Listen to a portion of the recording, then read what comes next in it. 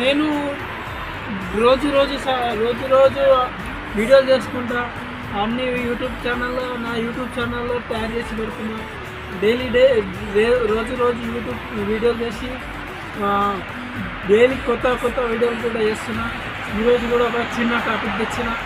చిన్న మాట ఏంటంటే, మనం చిన్నప్పుడు కానీ ఎప్పుడైనా ఫ్యామిలీ కానీ ఫ్రెండ్స్ సర్కిల్ కానీ ఇంకా ఎక్కడైనా కానీ మనం ఏదైనా పని చేసినా కానీ ఏదైనా మనకు కావాలి, నేను ఇది చేస్తా అని ఫిక్స్ అయితే నీ గోల్ ఏంటి అనేది మనం చూసుకోవాలి ముందుగా.